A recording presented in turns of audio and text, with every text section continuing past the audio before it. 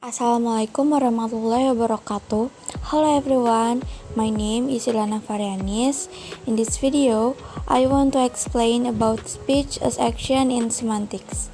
Enjoy this video. Speech as action is an action performed in saying something. We perform speech action when we offer an apology, greeting, request, complaint, invitation, compliment, and refusal. A speech action is an utterance that serves a function in communication. A speech action might contain just one word, as in sorry, to perform an apology, or several words or sentence. I'm sorry, I forgot your birthday. I just let it slip my mind.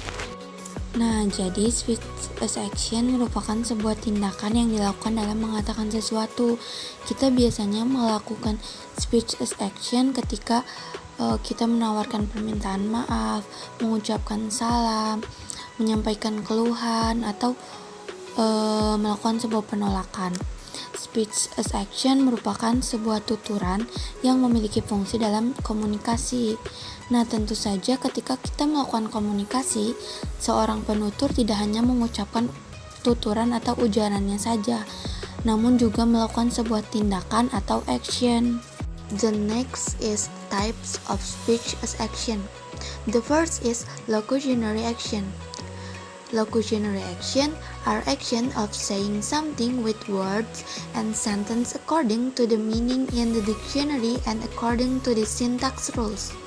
Locutionary action are speech action that are relatively the easiest to identify because their identification can be done without including the context of the speech included in the speech situation.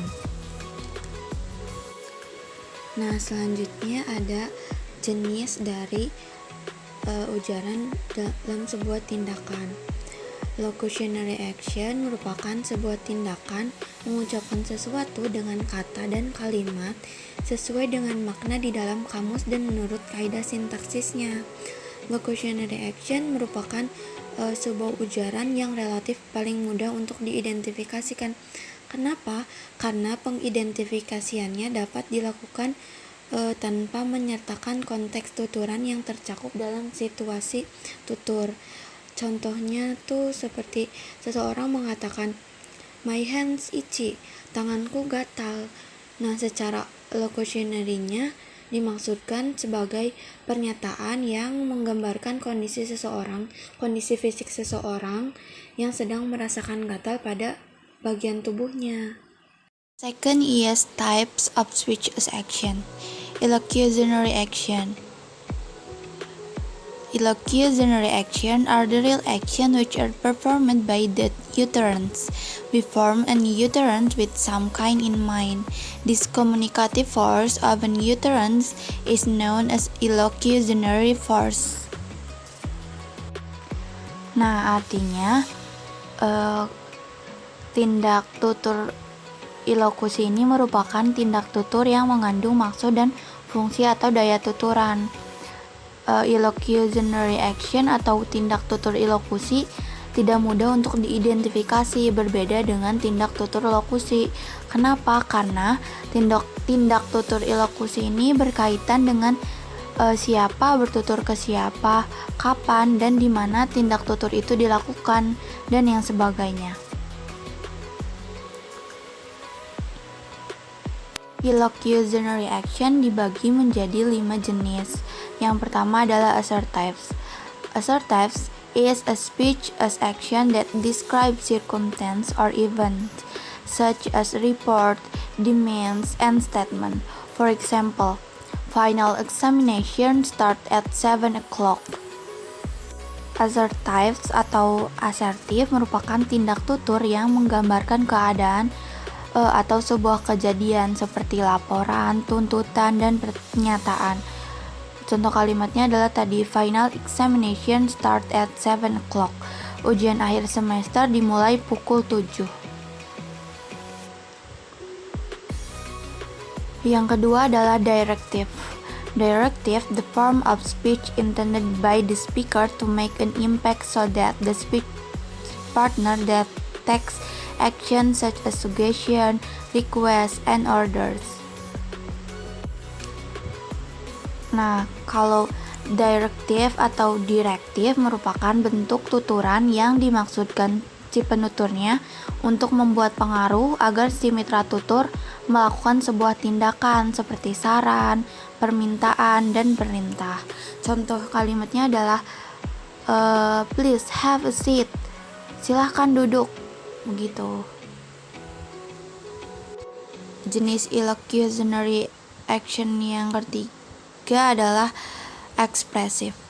Expressive is a speech action used by speaker to express feelings and attitude toward something. Ekspresif merupakan tindak tutur yang digunakan oleh pembicara untuk mengungkapkan perasaan dan sikap terhadap sesuatu. Contohnya, the student is very handsome. Mahasiswa itu sangat ganteng sekali.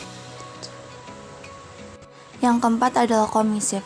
Commissive is speech form that function to state something in the future, such as promise or threats. Jadi, commissive merupakan bentuk tutur yang berfungsi untuk menyatakan sesuatu di masa yang akan datang, seperti janjian atau ancaman. Contoh kalimatnya adalah I will propose to you next month. Saya akan melamarmu bulan depan. Yang terakhir adalah deklaratif. Deklaratif is speech action that can change the situation. Deklaratif merupakan tindak tutur yang dapat mengubah suatu keadaan. Contohnya adalah I hereby declare you pass. Dengan ini saya nyatakan lulus. Kata-kata tersebut mengubah status seseorang dari keadaan belum lulus menjadi keadaan sudah lulus. Makanya disebut dengan deklaratif. Selanjutnya, types of speech as action yang terakhir adalah perlocutionary action. Refer to the effect the speaker has on saying something, such as making him feel confident, happy, and motivated. Artinya, tindak tutur perlokusi ini mengacu kepada efek yang ditimbulkan penutur dengan mengatakan sesuatu, seperti membuat seseorang menjadi yakin, senang, dan termotivasi. Tindak perlokusi ini merupakan tindakan yang menumbuhkan pengaruh atau efek kepada mitra tutur. Contoh tuturnya adalah tanganku gatal. Dapat digunakan oleh si penutur untuk menumbuhkan efek rasa takut kepada si mitra tutur. Rasa takut tersebut muncul bisa jadi dikarenakan si penutur berprofesi sebagai tukang pukul. Thank you guys for watching this video. Wassalamualaikum warahmatullahi wabarakatuh.